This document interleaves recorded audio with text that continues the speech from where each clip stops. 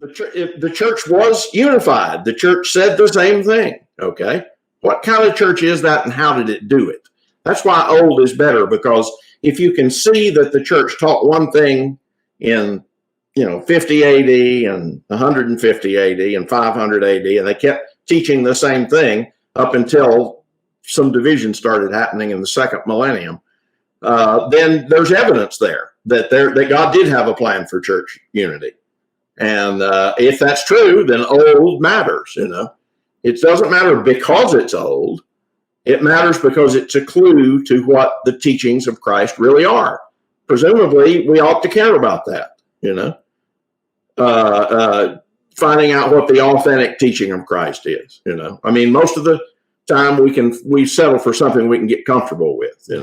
Yeah. But to look for that thing that makes us uncomfortable because we're testing our rule of faith that we talked about matters.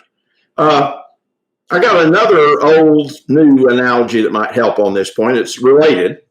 I call this one day I'm going to write this as a book, The Argument from Collapse. And I'll warn our Protestant viewers that it sounds more offensive maybe than I mean it to be. I promise I'm not trying to be deliberately offensive. I think you'll see my point. That's very cordial of you. I want to go around and collect doctrinal statements about moral issues.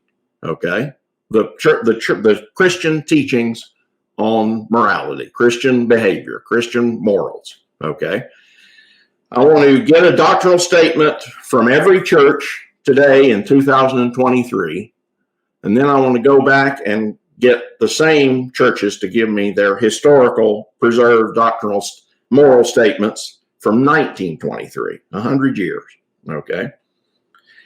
And we're going to ask about divorce and remarriage. Because they're all there in their moral statements: divorce and remarriage, abortion, birth control, all of these other things, right down to modern issues about sex outside of marriage and whether homo or hetero, et cetera, et cetera.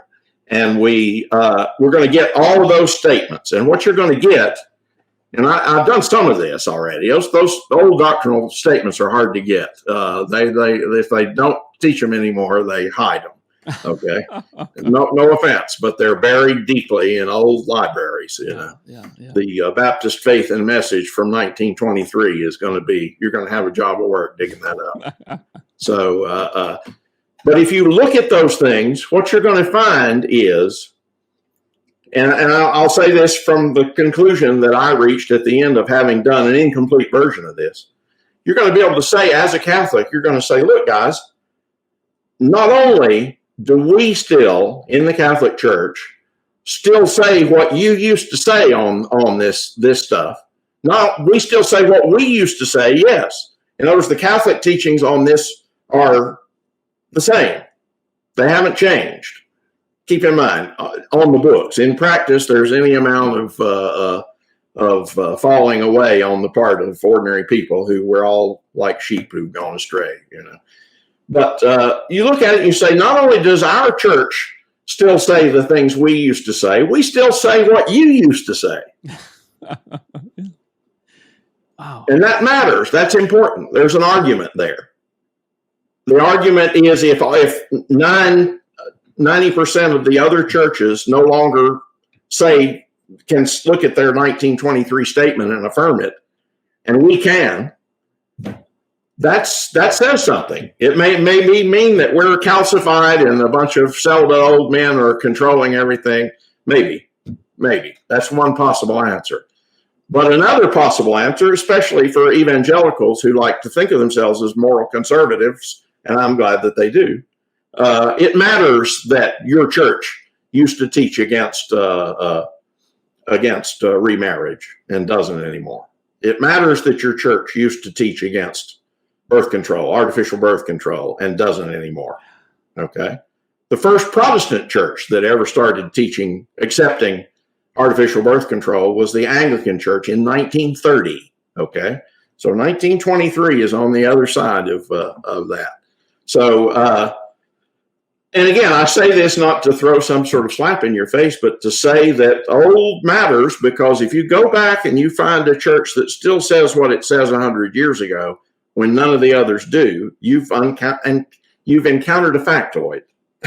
You've got something you need to put in your pipe and smoke. If you see what I'm saying, you need to stew that over. This is good stuff to think through, I think, for anybody who's asking these questions, right? These are really important questions to ask that I think shift some paradigms, begin to kind of maybe poke holes in assumptions you may have had or maybe carrying, and force a person to look at the church writ large through, I hope, new lenses, Rod. So I appreciate this. Hopefully listeners, I know will love this. My friend's going to hate me for doing this episode, I think, Rod, because you're going to make him do a little bit more work than I think he was hoping for.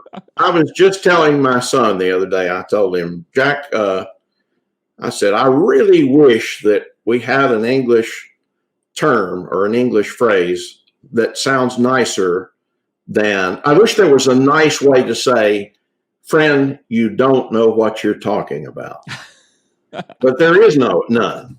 Sometimes you have to be told that you should stop and read this book and this book and this book because you don't know what you're talking about. There's no way to say that without offending, though.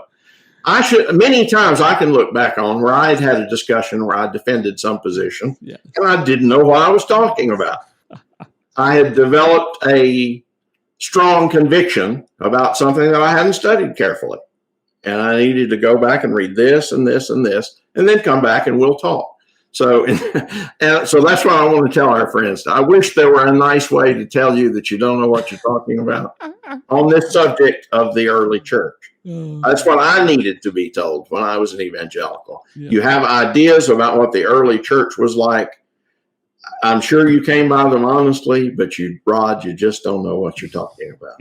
When somebody tells you that and you accept it, they've done you a great service. But it is hard to take, I'll concede. And like I say, we'll keep looking for a nicer way to get across the idea that you don't know what you're talking about, because, Lord, we need one. That's fantastic, Rod.